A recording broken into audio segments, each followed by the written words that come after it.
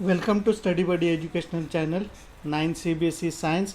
अब देखेंगे हम अपना chapter number 3 atoms and molecules. अभी तक हमारे चैनल को सब्सक्राइब नहीं किया है तो सब्सक्राइब कीजिए, लाइक कीजिए एंड शेयर कीजिए। तो चलो एटम के हिस्ट्री के बारे में जानते हैं। Around 500 BC Maharshi Kanad postulated that if we divide matter, that is padartha, again and again, a stage will come, we will reach the smallest particles. Beyond that further division is not possible. And उन्होंने उसको नाम दिया परमाणु। Okay, फिर बाद में आए पकुधा कल्याणम। Okay, Indian philosopher थे। उन्होंने क्या बोला कि these particles normally exist in a combination form which gives us various forms of matters. Okay, उन्होंने क्या बोला कि ये पार्टिकल्स है बहुत कॉम्बिनेशन फॉर्म में आते हैं और ये अलग अलग तरीके के मैटर हमको बना के देते हैं। Democritus Greek philosopher called these individual particles are as atoms, meaning indivisible, यानी उनके फर्दर टुकड़े नहीं हो सकते। ओके, एटियन एल Lavoisier led to laws, that is these are the basic laws and बहुत important laws है, laws of conservation of mass and laws of constant properties। अब इसके बारे में देखेंगे। अब लॉ ऑफ कंजर्वेशन ऑफ मास, ये फिनोमेना बहुत ही आसान है समझने के लिए। अभी हम एक बीकर में पानी लेते हैं और उस बीकर में हम कुछ क्या शुगर क्रिस्टल्स लेते हैं। हम दोनों का वेट करेंगे, पानी का भी वेट करेंगे और शुगर क्रिस्टल का भी वेट करेंगे। दोनों का वज़न कर दिया और फिर इन दोनों को यहाँ पे मिक्सिंग कर देंगे। जो सॉल्यूशन हो जाएगा उसका भी वेट सेम होगा इन दोनों के कॉम्बिनेशन के वेट के बराबर।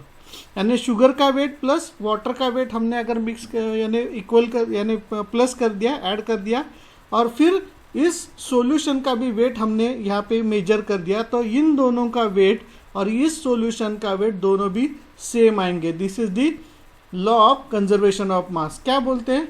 मास can neither be created not destroyed in chemical reaction. अब यहाँ पे एक एग्जांपल लेते हैं। In reaction 5.3 gram of sodium carbonate reacts with 6 gram of acetic acid. The product were 2.2 gram of carbon dioxide and 0.9 gram of water and 8.2 gram of sodium acetate. अब हमारे पास क्या है, ये दो चीज़ें हैं वो रिएक्टेंट है। ओके, यानी कौन सा, ये जो सोडियम कार्बोनेट है और इसके साथ क्या है एसिटिक एसिड, ये दो क्या है रिएक्टेंट है। ओके, इन दोनों के रिएक्शन से क्या बनता है, कार्बन डाइऑक्साइड बनता है, वाटर बनता है और सोडियम एसिटेट बनते हैं। अगर हमने हमारे पास इनके वेट दिए गए हैं, अभी हमारे पास क्या है सोडियम कार्बोनेट कितना है 5.3 ग्राम, तो हमने 5.3 gram plus 6 gram of acetic acid, तो हमने इन दोनों को इक्वल कर दिया यानी ऐड कर दिया, तो यहाँ पे कितना आया 11.3 ग्राम रिएक्टेंट का वेट आया। अब हम प्रोडक्ट के वेट के बारे में जानेंगे। 2.2 gram of carbon dioxide, 0.9 gram water and 8.2 gram sodium acetate, इन तीनों को मिलाया तो भी उनका वेट कितना आया 11.3 ग्राम आया। यानी mass of reactors is equal to mass of products. This is the law of conservation of mass. अब हमारा सेकंड लॉ क्या है, law of constant proportions. In a chemical substance the elements are always present in definite proportions by mass. In a compound as water, mass of hydrogen to mass of oxygen is always 1:8 ratio, whatever the source of water. Okay, यानी water का कौन सा भी source होने दो, उसमें hydrogen और oxygen का जो प्रोपोर्शन है वो 1:8 ही रहेगा। 1 हाइड्रोजन पार्ट रहेगा और उसके साथ 8 ऑक्सीजन रहेंगे, यानी ऑक्सीजन का मास रहेगा।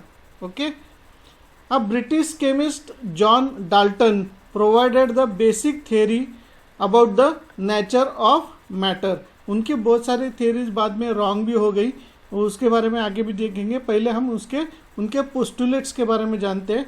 उनके पोस्टुलेट्स को बोला जाता है डाल्टन एटॉमिक थ्योरी।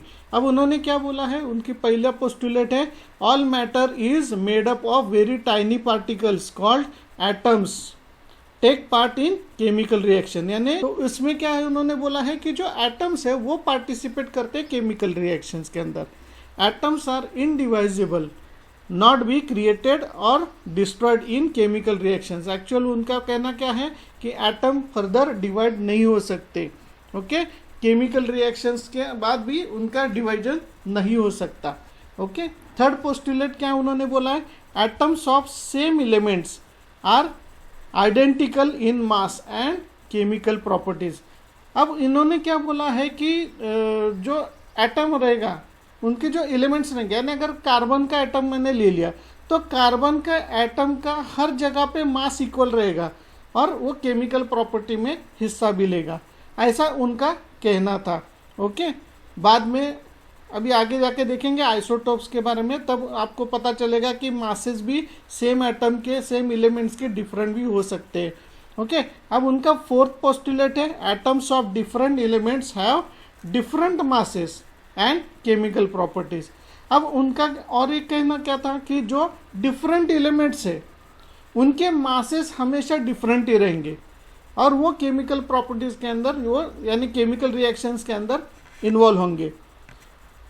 उनका फिफ्थ पोस्टुलेट था, atoms are combined in small whole numbers ratios to form compounds, okay. यानी यहाँ पे क्या है, उन्होंने बोला है कि वोल नंबर में, यानी अगर हाइड्रोजन वाटर का अगर एग्जांपल देंगे तो H2O, अगर ऐसा है क्या कि हाइड्रोजन का 1.8 मॉलिक्यूल ले लो और फिर ऑक्सीजन का समथिंग यानी 1.10 मॉलिक्यूल ले लो, ऐसा ऑड नंबर नहीं है। उन्होंने क्या बोला है, वहाँ पे वोल नंबर ही रहेगा, यानी हाइड्रोजन के 2 एटम्स रहेंगे और ऑक्सीजन का 1 ही रहेगा, यानी 2 और 1 ये दोनों क्या है, वोल नंबर है।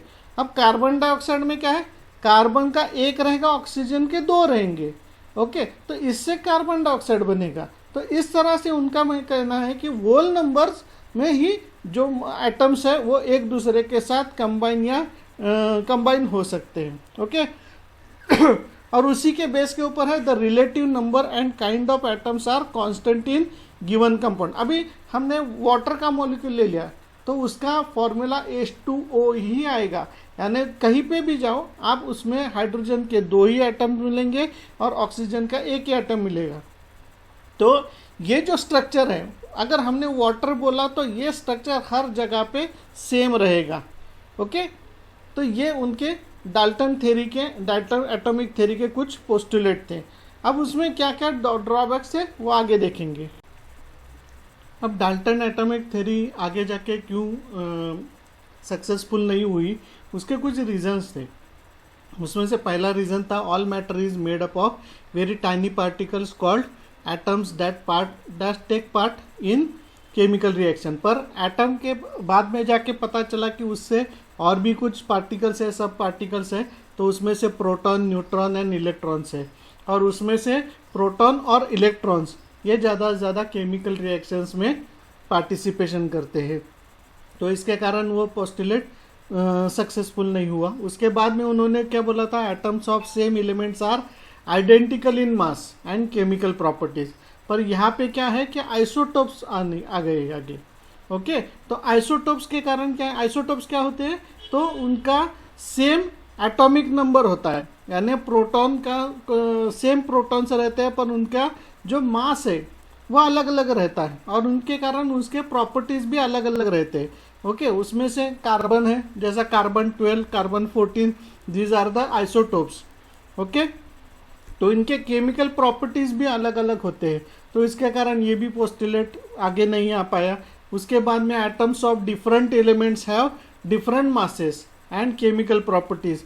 बट यहाँ पे आइसोबार का जो प्रेजेंटेशन आया तो उसमें क्या है कि इनमें मास number is same, okay, but से डिफरेंट एलिमेंट्स थे पर उनके मास नंबर्स भी सेम थे और उनके केमिकल प्रॉपर्टीज भी डिफरेंट थे। और इसके कारण क्या था कि ये भी पोस्टुलेट सामने नहीं आया। उसका एग्जांपल है आर्गॉन एंड कैल्शियम।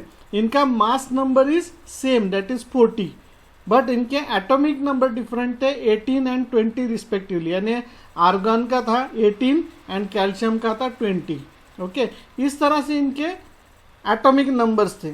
यानी इनके जो अंदर जो प्रोटॉन प्रेजेंट थे वो अलग अलग नंबर्स के थे, और इसके कारण उनके केमिकल रिएक्शंस में भी अलग अलग प्रॉपर्टीज दिखाई देती थी। तो ये इसके कारण क्या है, डाल्टन एटॉमिक थ्योरी वो आगे नहीं बढ़ पाई। Atom is a building block of matter. अब एटम कितना बड़ा होता है, तो इसके लिए नैनोमीटर्स में उसको मेजर किया जाता है, उसका जो रेडियस है वो नैनोमीटर में कैलकुलेट किया जाता है। 1/10⁻⁹ is equal to 1 nanometre. Okay, 1 metre is equal to 10⁻⁻9 nanometre. अब इसका इस्तेमाल आपको 11th और 12th में आपको आगे करना है। अभी सिर्फ इतना याद रखिए कि जो रेडियस है वो नैनोमीटर में कैलकुलेट होता है। What are the modern day symbols of atoms of different elements? अब ये सिम्बॉल्स क्यों यूज करने पड़े, क्योंकि बहुत सारे जो मैटर्स थे, जो एटम्स थे, उनके नाम थे, एलिमेंट्स थे, जो सब्सटेंस थे, उनके नाम बहुत लंबे लंबे होते थे, और ये सारा जो केमिकल प्रोसेस होता था उसमें इनको लिखना बहुत कॉम्प्लिकेटेड होता था। Dalton was the first scientist to use the symbols for elements in very specific sense. We use symbols for convenience. तो उन्होंने क्या किया कि अलग अलग डिज़ाइंस को, यानी 1 और 2 डिज़ाइंस को लेके सिम्बॉल्स बनाना शुरू कर दिया।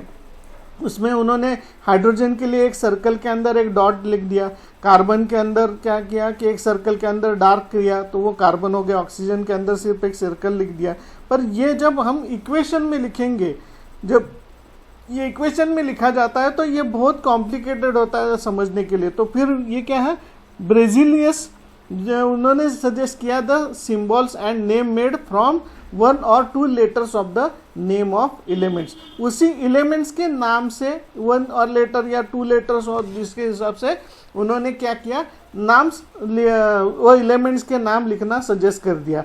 तो इसमें पहला था elements names on country name. तो जहाँ पे ये एलिमेंट्स फाइंड आउट हुए तो वहाँ पे उनका ही नाम उसको दिया शुरू हो गया। जैसा कि कॉपर है, copper found in Cyprus. Okay, further name is cuprum, and इसके लिए कॉपर का जो सिंबल आया Cu, उसमें भी ऐसा है कि जो एलिमेंट है उसका फर्स्ट लेटर हमेशा कैपिटल होगा और उसके बाद आने वाला लेटर ये स्मॉल लेटर में रहेगा। ओके, तो ये उन्होंने वहाँ पे सजेस्ट कर दिया। तो इसके कारण क्या हुआ, कॉपर का जो पहला C है वो कैपिटल हो गया और U है वो स्मॉल लेटर्स में आई। इसका नेम चालू हो गया क्यूप्रम से। पहला साइप्रस था, साइप्रस एक प्रदेश है, तो वहाँ से ये कॉपर पहले फाइंड आउट हुआ। Germanium, germanium is found in Germany, तो उसका क्या हुआ Ge, उसमें G कैपिटल है, E स्मॉल है। उसके बाद में name by heavenly gods. Okay, जो फिर जो ग्रीक गॉड्स थे, लैटिन गॉड्स थे, उनके नाम से फिर आने लगा। जैसा कि हेलियम है, helium from Greek word Helios means sun, तो उसके हिसाब से हेलियम का नाम आया He। Plutonium, plutonium from Pluto जो बड़ा ग्रह है, तो उससे क्या हुआ Pu। Okay, plutonium. ओके, अब तीसरा आया elements name by mythological characters. जैसा कि thorium, thorium bye the name of God Thor. Thor तो बहुत लोगों को मालूम है, तो इसके लिए थोरियम कहाँ से आया, गॉड्स नेम थॉर, और इसका सिंबल क्या है Th। Titanium, titanium bye the name Titan, that is also, बहुत सारे लोगों ने अगर मार्वल्स मूवीज देखे हैं तो उनको टाइटन भी मालूम है, तो टाइटन में से Ti आया टाइटेनियम के लिए। बाद में आया name by their properties. Argon bye the name Argus meaning lazy, because argon is a very inactive in nature, and because उसको क्या नाम दिया गया आर्गस। आर्गस का मीनिंग क्या है, लैटिन वर्ड है ये, इसका मीनिंग क्या है लेजी, तो इसके लिए उसका नाम नॉमेनक्लेचर या सिंबल क्या पकड़ गया Ar। Bromine, bromine the word is bromos, bromos means stingy smell, यानी अनप्लेजेंट स्मेल रहता है उसका, तो ब्रोमियम का भी अनप्लेजेंट स्मेल रहता है, तो उसका भी नाम उसी से पड़ा Br। Name by famous scientist. Einsteinium, einsteinium is by the name of scientist Albert Einstein ES। Okay, फिर बाद में है curium, curium on the name of 2 scientist Marie Curie and Pierre Curie. And उसका सिंबल है Cm। Okay, तो इस तरह से बहुत सारे नॉमेनक्लेचर्स हो गए, सिंबल्स हो गए, बहुत सारे स्टाइल से उनको हर एक एलिमेंट को नाम दिया गया और उनका एब्रिविएशन या सिंबल जनरेट हुआ। Now looking for symbols of the element. अब सिंबल्स कैसे बने हम देखेंगे उसको। बहुत सारे आगे ऊपर भी हमने बहुत सारे सिंबल्स देखे हैं, पर सिंबल्स एक्चुअल में कैसे बने इसके लिए देखेंगे। The symbols are by 3 ways majorly. Okay, उसमें से क्या है, बहुत सारे एलिमेंट्स के जो फर्स्ट लेटर है उसी को ही सिंबल्स में लिया गया। अब बहुत सारे लेटर्स थे जिनके फर्स्ट लेटर सेम आ रहे थे, तो इसलिए क्या किया गया कि first letter and second letter को लिया गया। पर बाद में ऐसा हुआ कि ये फर्स्ट एंड सेकंड लेटर ही हमेशा क्यों लेना, तो फिर first and any other letter in element उसको भी लेना शुरू कर दिया गया। तो जो सिंगल फर्स्ट लेटर लेते थे तो उसमें आता था कार्बन, कार्बन का C सिंबल है, ऑक्सीजन का O सिंबल है, हाइड्रोजन का H सिंबल है। बाद में फर्स्ट एंड सेकंड लेटर में कोबाल्ट आता है, CO, कैल्शियम Ca। ओके, जो पहले 2 लेटर्स है उनको ही उन्होंने सिंबल में कन्वर्ट कर दिया, जैसे कि सिलिकॉन है Si, क्लोरीन है Cl। बाद में क्या हुआ कि फर्स्ट एंड अदर लेटर्स को लेना शुरू कर दिया, तो बहुत सारे जगह पे यहाँ पे थर्ड लेटर को लिया गया। जैसा मैग्नीशियम में क्या हुआ, M के बाद A न लेते हुए उसको G में लिया, तो उसका सिंबल हो गया Mg। क्रोमियम का Cr हो गया, H को उन्होंने निकाल दिया। तो इस तरह से बहुत सारे एलिमेंट्स के सिंबल्स भी जनरेट होने लगे। अब बहुत सारे एलिमेंट्स हैं जिनके इंग्लिश नाम अलग है, फिर भी उनके सिंबल्स अलग अलग है। जैसे कि पोटेशियम है, पोटेशियम का सिंबल P न होते हुए K है, फिर सोडियम का SO न होते हुए Na है। तो ये कैसे हुआ, तो उनके लिए जो नाम थे वो उन्होंने लैटिन, ग्रीक या अदर देन इंग्लिश लैंग्वेज से भी उन्होंने लिए। जैसा कि पोटेशियम, जैसा मैंने बोला पोटेशियम है, पोटेशियम का नाम था इन लैटिन वर्ड्स केलियम, और इसके कारण उसका सिंबल आ गया K। टंगस्टन उसका जर्मन नेम था वोल्फ्राम, तो उसके लिए टंगस्टन का जो सिंबल है W आ गया। सोडियम लैटिन वर्ड में नाट्रियम नाम से जाना जाता है, तो इसलिए उसका सिंबल आया Na। आयरन लैटिन में फेरियम करके जाना जाता है, तो उसका Fe आ गया उसके अंदर। फिर सिल्वर का लैटिन नेम है आर्जेंटम, और इसके लिए Ag आया। टीन का स्टेनम है, और उसके कारण Sn उसका सिंबल आ गया। तो इस तरह से अलग अलग सिंबल्स जनरेट हो गए। अब हम देखेंगे एटॉमिक मास के बारे में। अभी तक हमने देखा कि कैसे नॉमेनक्लेचर हुआ और उसके बाद में सिंबल जनरेट हुए। अब ये एटम के बारे में हमने नाम और ये सब जाना, अभी हम एटॉमिक मास के बारे में जानेंगे। व्हाट इज एटॉमिक मास?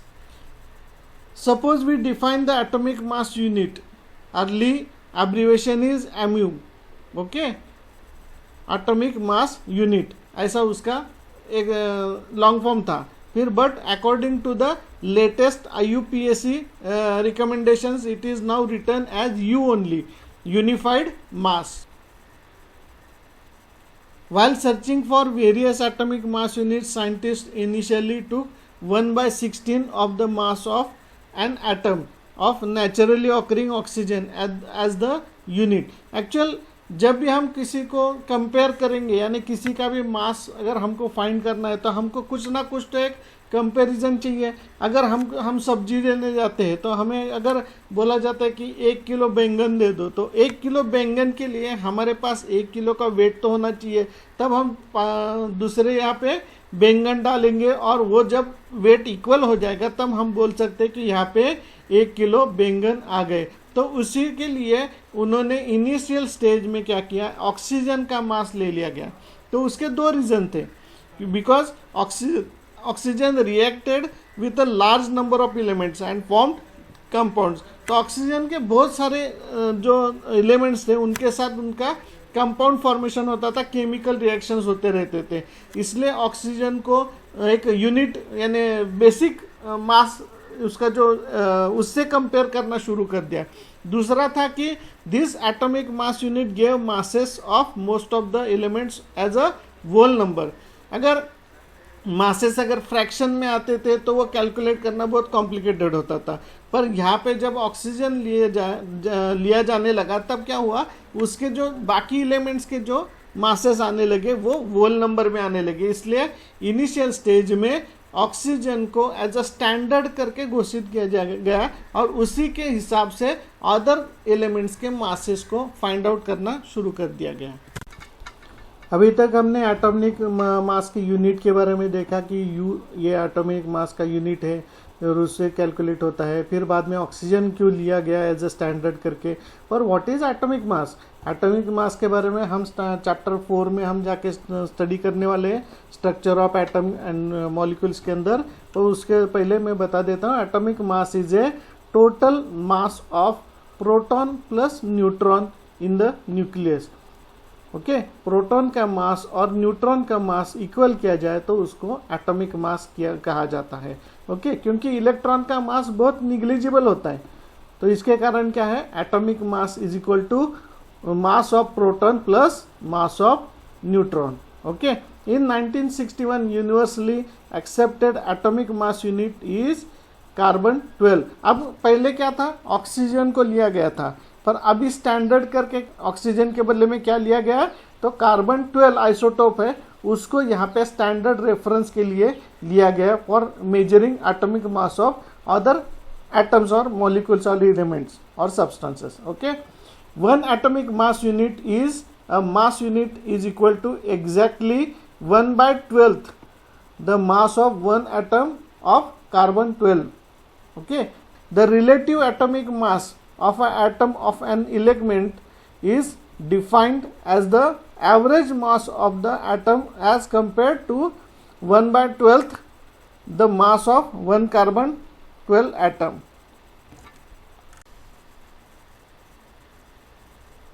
अभी जो हमने बोला है उसके बारे में अभी जानने की कोशिश करेंगे। क्या है कि यहाँ पे मैं अभी यहाँ पे मैं एक एटम लेता हूँ, जैसे कार्बन 12 का एक एटम लेता हूँ, तो इसके अंदर क्या है, कार्बन 12 क्यों बोला जाता है, तो इसके अंदर प्रोटॉन है 6 एंड न्यूट्रॉन है 6।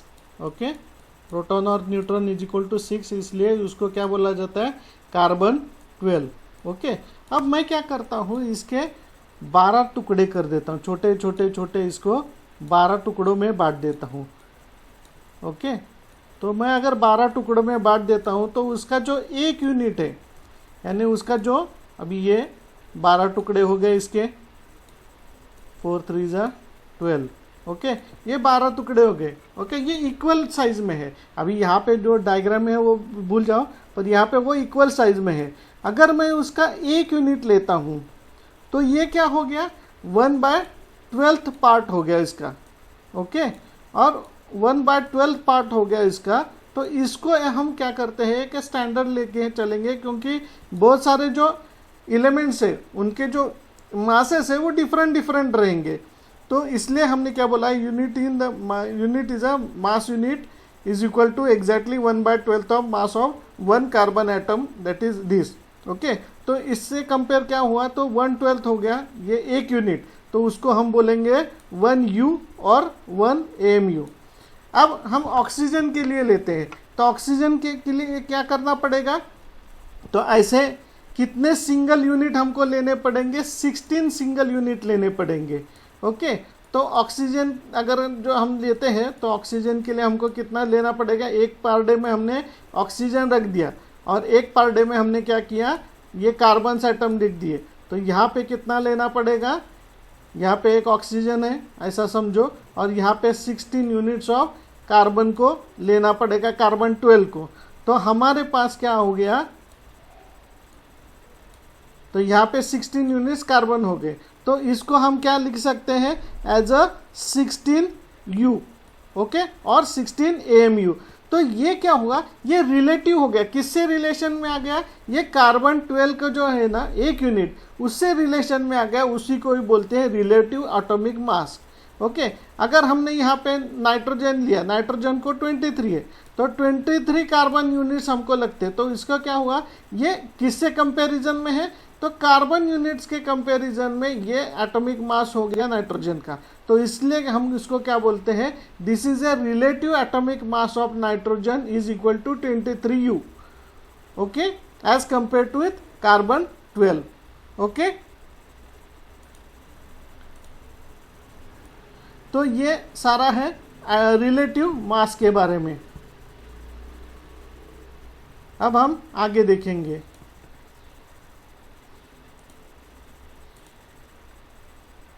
हाउ डू एटम एग्जिस्ट, यहां तक आपको समझ में आया, तो हम देखेंगे how do atom exist. Atoms are not able to exist independently, atoms from molecules and ions, okay.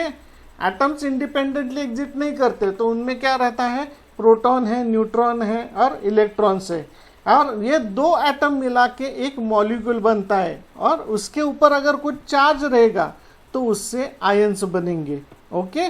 Positive charge ions रहेंगे तो पॉजिटिव आयंस बनेंगे, निगेटिव चार्ज रहेगा तो निगेटिव आयंस बनेंगे, यानी कैटायन एंड एनायन बनेंगे, ओके। पॉजिटिव चार्ज रहेगा तो उसको कैटायन बोला जाता है, निगेटिव चार्ज रहेंगे तो उसको एनायन बोला जाता है। These molecules and ions aggregate and form matters, तो ये सारे जो आयंस या मॉलिक्यूल्स है वो एग्रीगेट होके मैटर बनता है। जैसे कि हमने यहाँ पे वाटर में देखेंगे, वाटर में ये एक ऑक्सीजन है और दो हाइड्रोजन है, ये दो अलग अलग एटम्स हैं, और ये दोनों मिला के क्या हो जाता है, एक मैटर, यानी ये मॉलिक्यूल बन गया। और ऐसे मॉलिक्यूल्स एक साथ बन के फिर क्या होगा, मैटर हो गया, उसको बोलते हैं वाटर, ओके।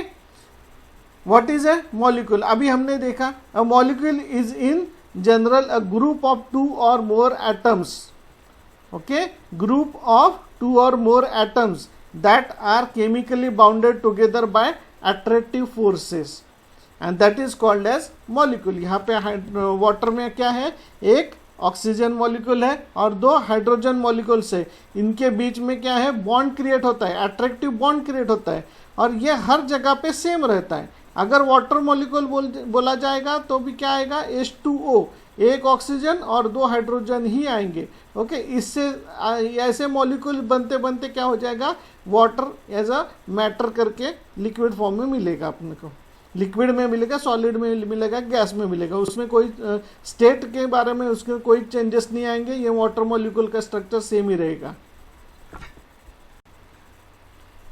अभी हमने देखा था व्हाट इज अ मॉलिक्यूल, जहाँ पे दो एलिमेंटल एटम्स है वो एक दूसरे के साथ मिलके जो एक स्ट्रक्चर तैयार करते हैं उसको मॉलिक्यूल बोला जाता है। एटम्स ऑफ सेम एलिमेंट और different element can join and form molecule, यानी दो या दो से ज़्यादा अलग अलग एलिमेंट्स रहेंगे, उनके एटम्स एक दूसरे के साथ एक अट्रैक्टिव बॉन्ड क्रिएट करते हैं, उनको मॉलिक्यूल किया बोला जाता है। मॉलिक्यूल्स ऑफ एलिमेंट्स, अगर ये मॉलिक्यूल सिंगल एटम से बनेंगे तो उनको मोनो एटॉमिक मॉलिक्यूल बोला जाता है। जैसे कि molecules like argon, helium are made up of only one atom and that are called as monoatomic molecules.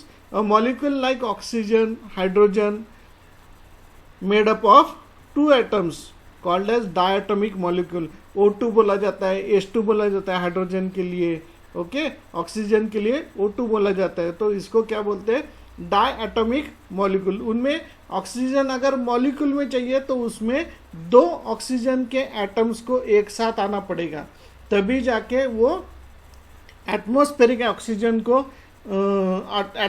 Oxygen बन जाएगा। अगर हाइड्रोजन बनना है तो उसको दो एटम्स हाइड्रोजन के एक साथ आने पड़ेंगे, तब जाके हाइड्रोजन एटमॉस्फेरिक हाइड्रोजन बनेगा प्योर फॉर्म वाला, okay. Then 3 atoms called as triatomic, जैसा कि ओजोन है O3, okay.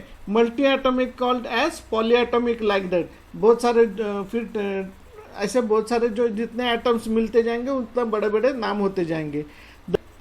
The number of atoms constituting a molecule is known as its atomicity, यानी क्या कि जितने एटम एक मॉलिक्यूल बनने के लिए लगते हैं, जो नंबर ऑफ एटम्स है उनको बोला जाता है एटोमिसिटी। अगर ऑक्सीजन बनना है, एटमॉस्फेरिक ऑक्सीजन बनना है, तो उसके लिए क्या है, 2 ऑक्सीजन के एटम एक साथ बॉन्ड क्रिएट करना पड़ेगा, तो उसकी ऑक्सीजन के एटोमिसिटी हो गई 2, ओके।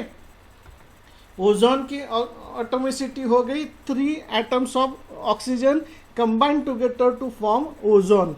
तो इसके लिए ओजोन की एटॉमिसिटी हो गई 3। इस तरह से वो एटॉमिसिटी कैलकुलेट की जाती है। अब आपने देखा है चैप्टर फर्स्ट में what are compounds. Compounds are the mixture of 2 और different elements which join together in a definite proportion. Okay, तो उसके एटम्स भी डिफरेंट एलिमेंट्स के जो एटम्स है वो भी इन डेफिनेट प्रोपोर्शन के अंदर अगर एक दूसरे के साथ जुड़ जाते हैं तो उनसे पहला एटम जुड़ने के बाद मॉलिक्यूल बनेंगे, और मॉलिक्यूल एक दूसरे के साथ डेफिनेट प्रोपोर्शन में मिलेंगे तो बनेगा कंपाउंड। ओके, जैसे कि वाटर मॉलिक्यूल है। वाटर मॉलिक्यूल में 2 एलिमेंट्स है, एक हाइड्रोजन है और ऑक्सीजन है। वो एक पर्टिकुलर प्रोपोर्शन में मिलते हैं, जैसा कि 1 part of hydrogen is mixed with 8 part of oxygen. Okay, इस तरह से अमोनिया में नाइट्रोजन है एंड हाइड्रोजन है। उसमें कैसा है कि नाइट्रोजन 14 पार्ट्स में मिक्स होता है with hydrogen of 3 parts. Okay, ammonia में नाइट्रोजन 14 पार्ट्स रहता है और हाइड्रोजन 3 पार्ट्स रहता है। What is an ion? Compound composed of metal and non-metals contain charged species. Okay, these are called as ions. यानी मेटल और नॉन मेटल के combination के बाद फिर भी उनमें क्या रहता है, चार्ज रहता है। ओके, यानी मेटल कभी कभी पॉजिटिव चार्ज निगेटिव चार्ज ऐसे दोनों एक साथ मिलके फिर उनका क्या बनता है, आयन बनता है। An ion can negatively charge called as anion and ion with positively charge called as cation. Okay, अब पॉजिटिव यहाँ पे जो पॉजिटिव नाम लिखा गया है तो यहाँ पे टी में क्या है, यहाँ प्लस है, तो यहाँ से आपको पता चल जाएगा पॉजिटिव मीन्स कैटायन, क्योंकि टी में यहाँ पे प्लस है। ओके, तो ये इजी याद रखने का तरीका है। Positive charge ions are called as cation and negatively charge anions are negatively charge ions are called as anion. Okay, यहाँ पे सिर्फ एक डंडी है, सिर्फ ये डंडी को ये वर्टिकल है, उसको हॉरिजॉन्टल कर दिया तो यहाँ पे भी एनायन आएगा, क्योंकि ये निगेटिवली चार्ज है। इजी याद रखने के लिए ये एक क्या बोलते हैं, ट्रिक है। ओके, यहाँ पे डंडी है, उसको हॉरिजॉन्टल कर दिया तो यहाँ निगेटिव चार्ज आएगा, और यहाँ पे टी में प्लस है तो यहाँ पे पॉजिटिव चार्ज आएगा। पॉजिटिव वाला कैटायन एंड निगेटिव वाला एनायन। ओके, याद रखने के लिए a group of atoms carrying a charge is called as polyatomic ions. जैसे पॉलीएटॉमिक मॉलिक्यूल्स थे, यहाँ पे पॉलीएटॉमिक आयंस है। अब देखो हाइड्रोजन हेलियम ये सिंगल एटम हो गए। ओके, अगर 2 एटम एक साथ मिल गए तो मॉलिक्यूल हो गया, जैसा कि वाटर है। यहाँ पे 2 एटम एक साथ मिल गए तो मॉलिक्यूल हो गया। यानी ऑक्सीजन का ले लो, ऑक्सीजन एक एटम एंड ऑक्सीजन दूसरा एटम, ये दोनों एक साथ मिल गए तो O2 बन गया, ये हो गया मॉलिक्यूल। ओके, सिंगल वाला hydrogen and helium these are single atoms. 2 oxygen एक साथ मिल गए तो वो हो गया मॉलिक्यूल O2। एंड ये 2 टाइप के एटम्स एक पर्टिकुलर प्रोपोर्शन में एक साथ मिल गए तो हो गया कंपाउंड, या तो उसमें क्या है, वाटर मॉलिक्यूल। ओके, मॉलिक्यूल में क्या है, एक ऑक्सीजन है और 2 हाइड्रोजन है, ये अलग अलग एटम्स है। वो एक पर्टिकुलर परसेंटेज 1:8% में एक दूसरे के साथ अटैच हो जाते हैं अट्रैक्टिव बॉन्ड के हिसाब से, तो वो हो गया मॉलिक्यूल। और जब compound composed of metal and non metal इन दोनों से बनता है और उनके ऊपर चार्ज स्पेसिस रहती है तो उनको बोला जाता है anion. This is the difference of atom, then molecule, then compound and उसके बाद में आया क्या है, आयन। ओके, ये चार्ट है, ये आपको याद रखना है, क्योंकि इसके हिसाब से आगे जाके हमको फॉर्मूलाज कैसे बनाने हैं ये इसको देख के हम बना सकते हैं। ओके, अभी तक हमने एटम, मॉलिक्यूल, देन आयन के बारे में जाना है। अब देखेंगे उनका केमिकल फार्मूला कैसे लिखा जाता है। अब केमिकल फार्मूला लिखने की ज़रूरत क्या है? The chemical formula of a compound is a symbolic representation of its composition. The combining power for capacity of an element is known as its valency. अब ये वैलेंसी के बारे में हम अगले वाले चैप्टर में और भी पढ़ने वाले हैं, पर अभी इतना समझ लेते हैं कि जो आउटर मोस्ट ऑर्बिट रहता है उसमें कितने इलेक्ट्रॉन्स अभी तक फुलफिल नहीं हुए हैं।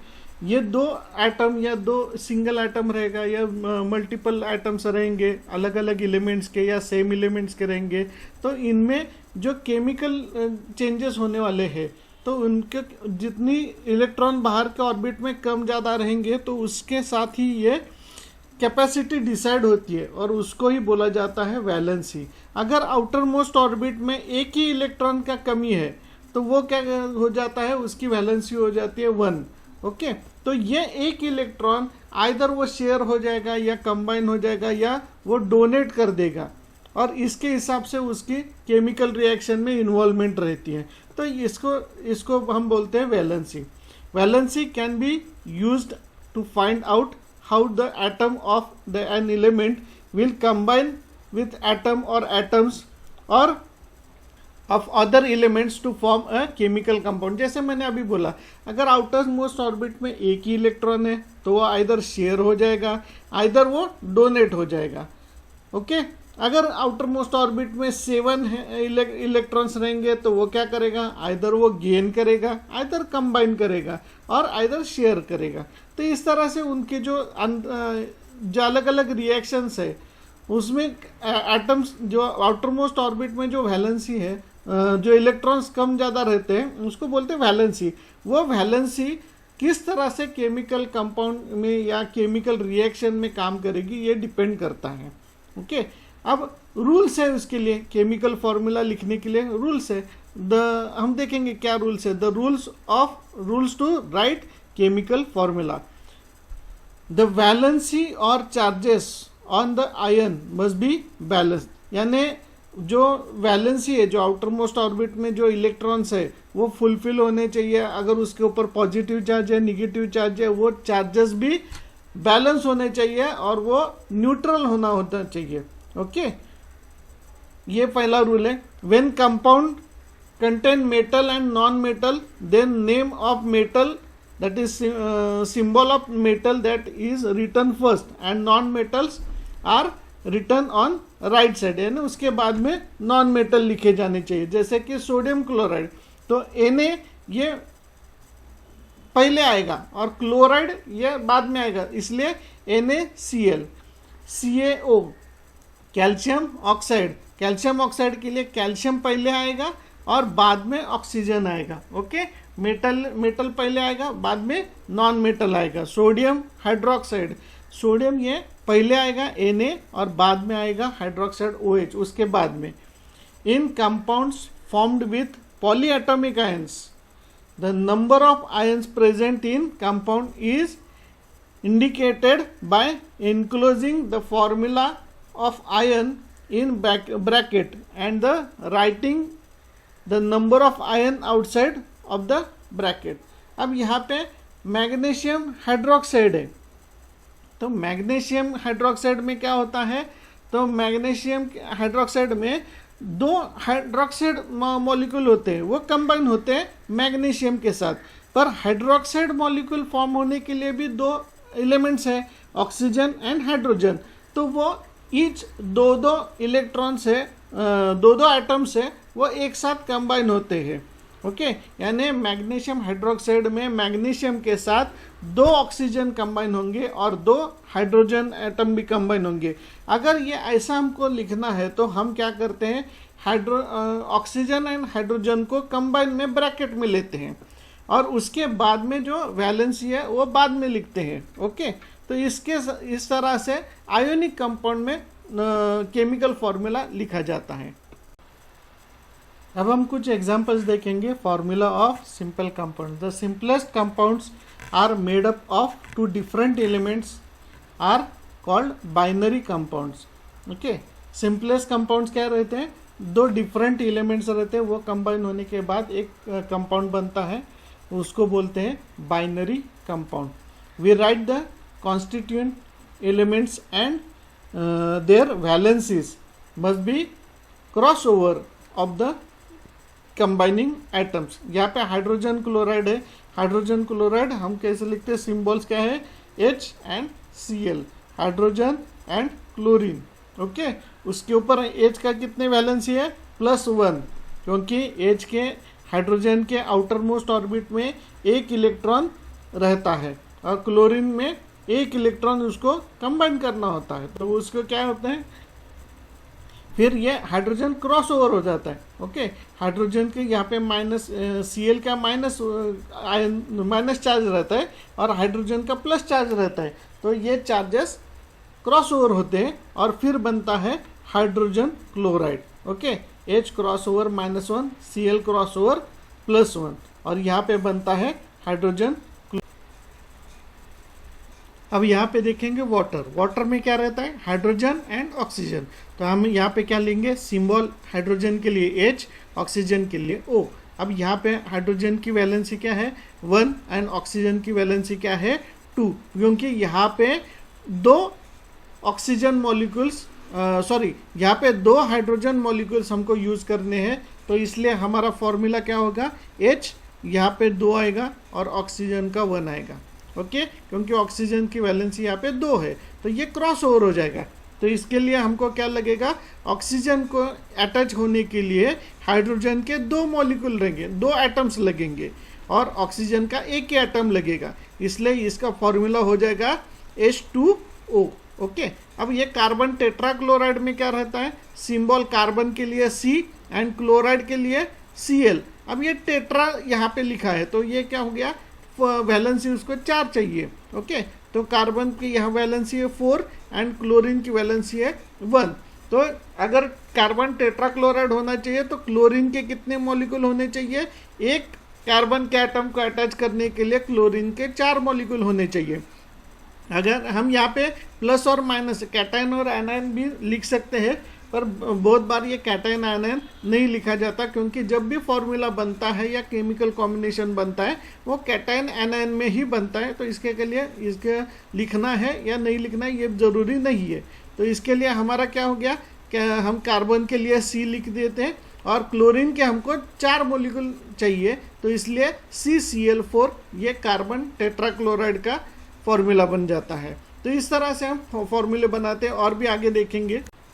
अब यहाँ पे मैग्नीशियम क्लोराइड है, मैग्नीशियम का सिंबल है Mg, क्लोराइड का Cl, क्योंकि ये क्लोरीन से बनता है इसलिए इसका सिंबल है Cl। अब मैग्नीशियम की वैलेंसी 2 है और क्लोरीन की वैलेंसी 1 है, तो एक मैग्नीशियम मॉलिक्यूल को अटैच करने के लिए क्लोरीन के 2 मॉलिक्यूल लगेंगे, तो यहाँ पे इसका फॉर्मूला क्या आएगा, ये क्रॉस ओवर हो जाएगा, तो इसका फॉर्मूला क्या आएगा, मैग्नीशियम पहले लिखा जाता है क्योंकि ये मेटालिक है, मेटालिक पहला लिखना है और बाद में नॉन मेटालिक लिखना है, तो मैग्नीशियम पहले आएगा, क्लोरीन के 2 मॉलिक्यूल लगेंगे, इसलिए MgCl2, ये हो गया इसका फॉर्मूला। अब यहाँ पे हम एल्यूमिनियम ऑक्साइड का फॉर्मूला देखेंगे। एल्यूमिनियम का सिंबल है Al एंड ऑक्साइड, ऑक्साइड तो ऑक्सीजन से बनता है इसलिए O। ओके, यानी ऑक्सीजन का सिंबल है O। अब यहाँ पे एल्यूमिनियम के 2 मॉलिक्यूल को ऑक्सीजन के 3 मॉलिक्यूल अटैच करते हैं, तो इसके लिए एल्यूमिनियम ऑक्साइड का क्या आएगा, ये यहाँ पे गलत लिखा हुआ है, यहाँ पे आएगा Al2O3। ओके, तो फॉर्मूला क्या आएगा, Al2O3। ओके, क्योंकि एल्यूमिनियम के 2 मॉलिक्यूल को अटैच होगा ऑक्सीजन के 3 मॉलिक्यूल और तभी ये बैलेंस हो जाएगा, तो इसके लिए इनका फॉर्मूला आएगा Al2O3। कैल्शियम हाइड्रोक्साइड में क्या है, कैल्शियम है, तो इसका फॉर्मूला सिंबल आएगा Ca। हाइड्रोक्साइड यहाँ पे O ऑक्सीजन भी आएगा और हाइड्रोजन भी आएगा, तो यहाँ पे 2 मॉलिक्यूल्स आते हैं। ओके, एक ऑक्सीजन का और एक हाइड्रोजन का, ये कंबाइन होते हैं कैल्शियम के साथ, तो यहाँ पे क्या हो गया कि एक कैल्शियम के मॉलिक्यूल को अटैच करने के लिए ऑक्सीजन के 2 मॉलिक्यूल एंड हाइड्रोजन के 2 मॉलिक्यूल, तो यहाँ पे 2 मॉलिक्यूल सेपरेट लिखने के बजाय वहाँ पे ब्रैकेट में लिखा जाता है। ओके, तो यहाँ पे फॉर्मूला आएगा कैल्शियम का Ca। वैसे ही यार ऑक्सीजन, 2 ऑक्सीजन और 2 हाइड्रोजन लिखना है, तो हम क्या करेंगे, इसको ब्रैकेट डालेंगे और यहाँ पे लिखेंगे ब्रैकेट OH ने CaOH और यहाँ पे ट्वाइस। ओके, तो कैल्शियम हाइड्रोक्साइड का फॉर्मूला क्या आया, CaOH twice. Okay, here the bracket around OH, ये अभी मैंने एक्सप्लेन कर दिया ये कि यहाँ पे हाइड्रोजन भी 2 मॉलिक्यूल लगेंगे और ऑक्सीजन के भी 2 मॉलिक्यूल लगेंगे, और इसके कारण क्या हो जाएगा, यहाँ पे हाइड्रोजन और ऑक्सीजन एक ही ब्रैकेट में लिख के उसके बाजू में 2 लिखा जाता है, उसके नीचे 2 लिखा जाता है। तो यहाँ पे पता चलता है कि एक कैल्शियम मॉलिक्यूल के साथ ऑक्सीजन के 2 और हाइड्रोजन के 2, ऐसे दोनों मिला के यहाँ पे क्या हो जाता है, कैल्शियम हाइड्रोक्साइड का फॉर्मूला बन जाता है। ओके, अभी तक हमने एटॉमिक मास के बारे में जाना था, वो एक एटम का वेट था। अब यहाँ पे है मॉलिक्यूलर मास या यूनिट मास। यहाँ पे कैसा है कि 1 या 2 एटम्स एक साथ मिलके यहाँ पे एक मॉलिक्यूल बनाते हैं और उसका टोटल का मास निकालना है, तो हमको यूनिट मास का इस्तेमाल करना पड़ेगा। हम यहाँ पे एग्जांपल लेते हैं वाटर के बारे में। यहाँ पे हाइड्रोजन के 2 एटम्स हैं और ऑक्सीजन का 1 एटम है, contain 1 oxygen with 2 hydrogen molecules. अब यहाँ पे क्या है, formula of unit mass is equal to 2 molecules of hydrogen, यहाँ पे वाटर के लिए है। Okay, 2 molecules of hydrogen into atomic mass of hydrogen. Okay, यानी जितने मॉलिक्यूल उस एटम नंबर 1 के रहेंगे उतने molecules into atomic mass of that atom. Okay, plus second molecules, that is second number of molecules of the second atom and the atomic mass of second molecule. Okay, तो यहाँ पे आएगा 2 molecules of hydrogen into atomic mass of hydrogen. Okay, plus 1 molecule of oxygen into atomic mass of oxygen. अब हमें मालूम है कि atomic mass of hydrogen क्या है, 1 है, और atomic mass of oxygen क्या है, 16 है। तो यहाँ पे 2 मॉलिक्यूल हाइड्रोजन के हैं, इसलिए 2 into 1 plus 1 into 16 is equal to 2 into 2 plus 16 is equal to 18। Hence 1 molecule of waters molecules mass is 18। Okay, तो वाटर का एटॉमिक मास यानी वाटर का यूनिट मास क्या हो गया, 18। ओके, अगर ऑक्सीजन का एटॉमिक मास बोला जाए तो 16 हो गया, पर वाटर के लिए उसका मॉलिक्यूलर मास है 18। सेम एज कैल्शियम क्लोराइड, यहाँ पे कैल्शियम का एटॉमिक मास है 40 plus 2 molecules of calcium chloride, तो यानी 2 इंटू क्लोराइड का एटॉमिक मास है 35.5, तो यहाँ पे आया 40 plus 71 is equal to 111 unit mass. Okay, तो यहाँ से हम इस तरह से हमको यूनिट मास निकालना होता है। यहाँ पे ये जो टेबल है ये बहुत इम्पोर्टेंट है, हो सके तो इसको याद रखना। तो इसके कारण क्या है, आपको atomic mass of each atom के बारे में मालूम हो जाएगा, तो उसके हिसाब से आप यूनिट मास ऑफ मॉलिक्यूल भी निकाल सकते हैं। मोल कंसेप्ट, मोल कंसेप्ट वेरी आसान, आगे बहुत ही आसान है अभी मोल कंसेप्ट को जानना। अभी एक समझ लेते हैं, अगर मैं 1 डजन बोल दूँ तो आपको क्या आता है दिमाग में, तो 12 यूनिट। कोई भी आइटम हो, कोई भी प्रोडक्ट हो, कोई भी चीज़ हो, उसका 1, अगर मैंने बोला कि 1 डजन एप्पल तो कितना आएगा, 12 एप्पल आएंगे। 1 डजन शर्ट्स तो कितने आएंगे, 12 शर्ट्स आएंगे। तो जैसा मैं बोल रहा हूँ 1 dozen is equal to 12 units, उस तरह से ही 1 mole is equal to 6.022 into 10⁻23 units. Okay, तो ये आता है। ओके, इतना सिर्फ ध्यान रखिए, 1 dozen is equal to 12 unit जैसे आता है, वैसा ही 1 mole is equal to 6.022 into 10⁻23। This number is called as Avogadro constant और एवोगाड्रो नंबर। ये ऑलरेडी फॉर्मूले से अप्रूव्ड है। ओके, और ये डिनोट कैसे किया जाता है, N0 या N0 से इसको डिनोट किया जाता है। अब ये हो गया 1 मोल का कंसेप्ट। अब हम और एक कंसेप्ट जानेंगे, ग्राम एटॉमिक मास या ग्राम मॉलिक्यूलर मास। ये सेम है एटॉमिक मास ऑफ एटम और एटॉमिक मास ऑफ मॉलिक्यूल और atomic mass of ion and atomic mass of particle. ये जो भी है, जो atomic mass is equal to gram atomic mass. इतना सिंपल फॉर्मूला याद रखिए, यानी ऑक्सीजन का atomic mass is 60U, then उसका ग्राम एटॉमिक मास, सिर्फ उसमें क्या है, U की जगह ग्राम डालना है। Okay, gram atomic mass of oxygen क्या है, 16 gram. Okay, for water molecular mass is equal to 18U, hence gram molecular mass is equal to 18 gram. Okay, सिर्फ U के जगह ग्राम डालना है, एटॉमिक मास जितना है उतना ही ग्राम एटॉमिक मास रहेगा, और मॉलिक्यूलर मास जितना है उतना ही ग्राम मॉलिक्यूलर मास रहेगा। Mass of 1 mole of a substance is equal to relative atomic और मॉलिक्यूलर मास इन ग्राम। यानी क्या, 1 mole of substance is equal to 6.022 into 10⁻23 ये आता है, और वही इक्वल टू क्या है, ग्राम एटॉमिक और ग्राम मॉलिक्यूलर मास। तो इससे हमको एक इक्वेशन मिलता है, तो क्या मिलता है, 6.022 into 10⁻23 that is 1 mole is equal to gram atomic mass और gram molecular mass which is equal to 1 mole. अब मैं यहाँ पे एग्जाम्पल के लिए लेता हूँ 1 mole of oxygen is equal to 16 gram atomic mass of oxygen atom which is equal to 6.022 into 10⁻23। Okay, इससे आपको सीधा सीधा समझ में आया होगा कि 1 mole is equal to gram atomic mass of that atom that is equal to also 6.022 into 10⁻23।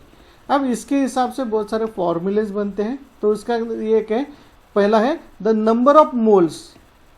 Okay, तो कितने मोल्स होंगे, तो इसके लिए क्या करना पड़ेगा, given mass divided bye molecular mass या मोलर मास बोलते हैं हम उसको।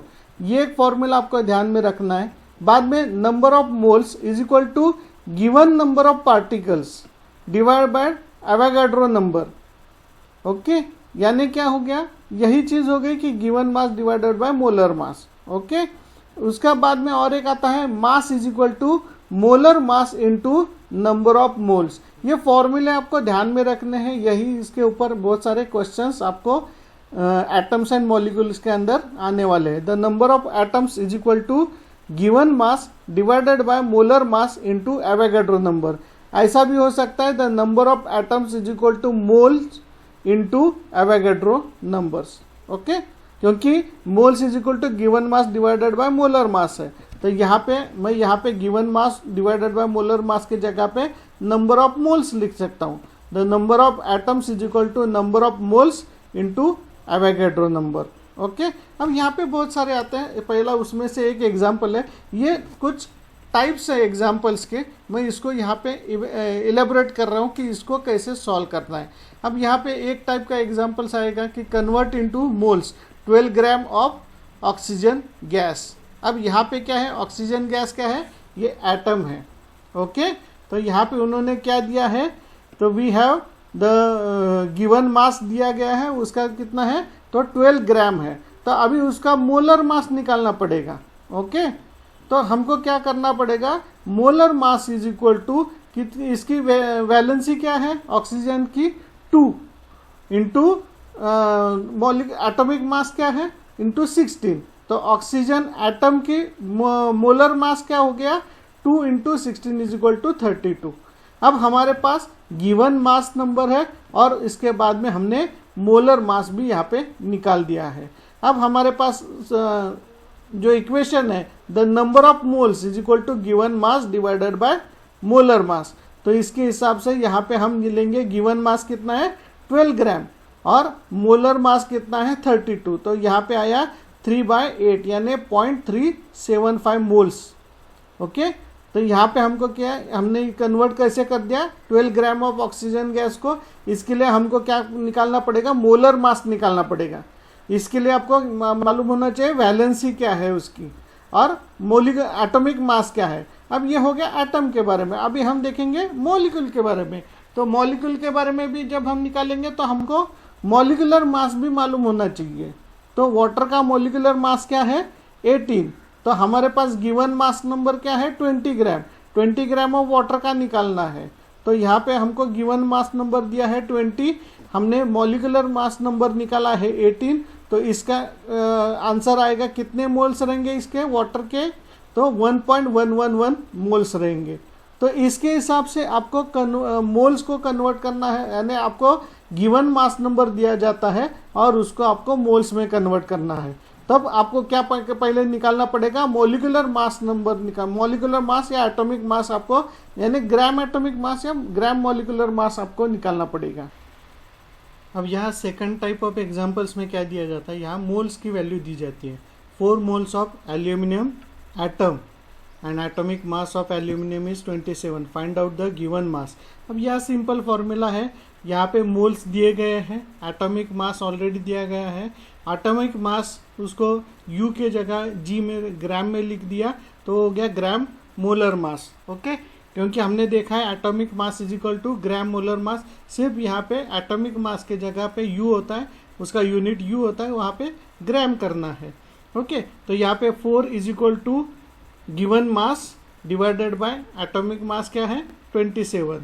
तो यहाँ पे m is equal to 27 into 4 108 gram, this is the given mass whose molar mass is 27 gram. तो इस तरह से क्वेश्चन आते हैं। अब यहाँ पे इथाइन का जो फॉर्मूला है C2H2, find the molar mass और एटॉमिक मास। अब यहाँ पे क्या दिया गया है, सिर्फ ये फॉर्मूला दिया गया है और यहाँ पे हमको कार्बन की एटॉमिक मास के बारे में मालूम है, हाइड्रोजन के एटॉमिक मास के बारे में मालूम है और यहाँ पे जो यूनिट्स दिए गए हैं वो भी मालूम है, यानी एटम्स कितने हैं वो भी मालूम है। तो हम यहाँ से क्या करेंगे, मोलर मास निकालेंगे। कार्बन का 12 दिया है, हाइड्रोजन का 1 एटॉमिक मास है और यहाँ पे दोनों के 2 मॉलिक्यूल्स यूज किए हुए, तो यहाँ पे क्या हो गया 2 इंटू 12 प्लस 2 इंटू 1 यानी 26 ग्राम इज मोलर मास। अब यहाँ पे मोलर मास मिल गया है तो 26U is the atomic mass, क्योंकि molar mass is equal to atomic mass, सिर्फ ग्राम की जगह पे U। और एग्जाम्पल्स के बारे में देखेंगे। यहाँ पे मोल दिया गया है 0.2 मोल ऑफ ऑक्सीजन एटम। अब यहाँ पे बोला गया है oxygen atom, find the given मास। यहाँ पे ऑक्सीजन एटम बोला गया है, इसलिए इसका क्या आएगा, ऑक्सीजन एटम में सिर्फ 1 इंटू एटॉमिक मास क्या है ऑक्सीजन का 16, तो 1 into 16 is equal to 16 molar mass. Mole दिया गया है 0.2, तो हमको गिवन मास निकालना है, तो क्या हो जाएगा, mole is equal to given mass divided by molar mass. तो यहाँ पे given mass is equal to moles into molar mass, यानी 0.2 इंटू 16 यानी 8 gram is given mass of 0.2 mole of oxygen atom. Okay, तो इस तरह से हमको एग्जाम सॉल्व करने हैं।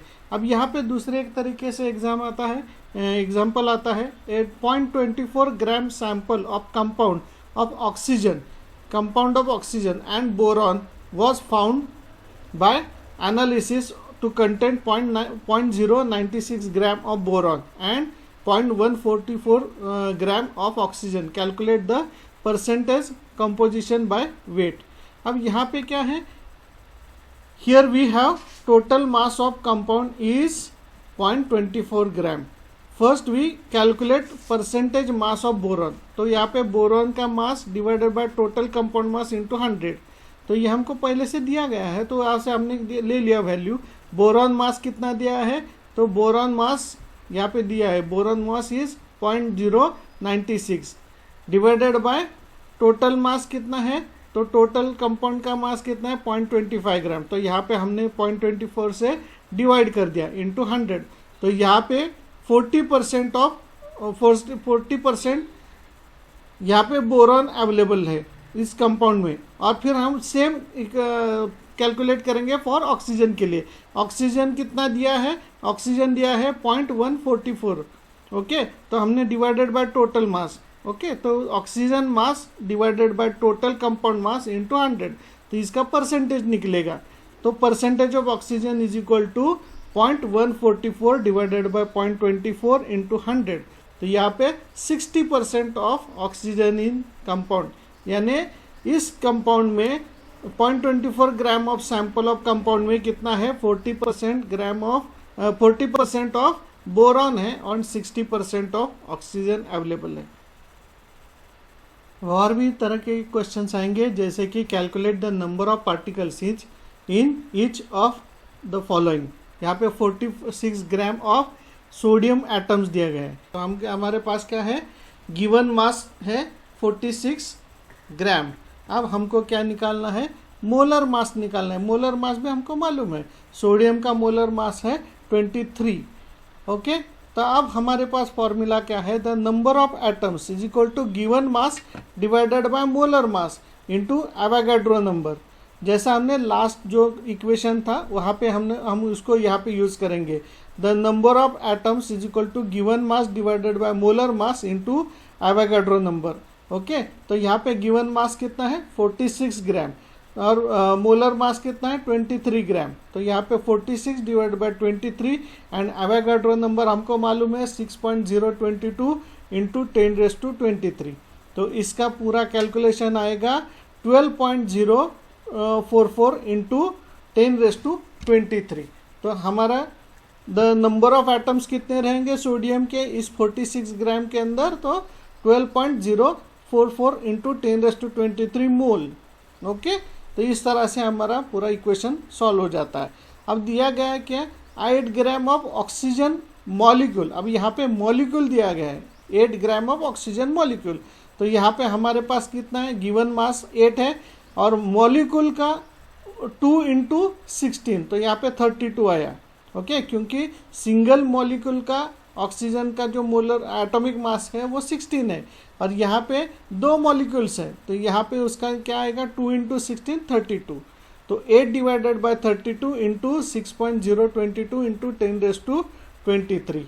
एवोगाड्रो नंबर हमको मालूम है। तो यहाँ पे हमारा इक्वेशन अगर ये सब सॉल्व करने के बाद हमारा आता है 1.5055 इंटू 10⁻23 मोल्स। ओके, सेम यहाँ पे 0.1 मोल ऑफ कार्बन एटम। अब यहाँ पे क्या दिया है, मोल दिया गया है। ओके, तो हमारा यहाँ पे इक्वेशन क्या आएगा, number of particles of atom is equal to number of moles of particle into Avogadro number. Okay, तो यहाँ पे इस इक्वेशन से हमारे पास क्या आएगा, 0.1 मोल यहाँ पे दिया गया है कार्बन का, ऑलरेडी मोल निकाल के दिया गया है, इसलिए हम 0.1 मोल इंटू एवोगाड्रो नंबर क्या है 6.022 इंटू 10⁻23। तो इसका वैल्यू आएगा 6.022 इंटू 10⁻23।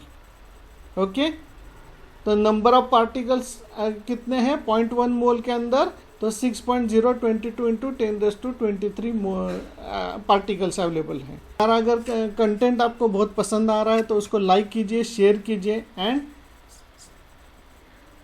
सब्सक्राइब कीजिए हमारे चैनल को। Thank you.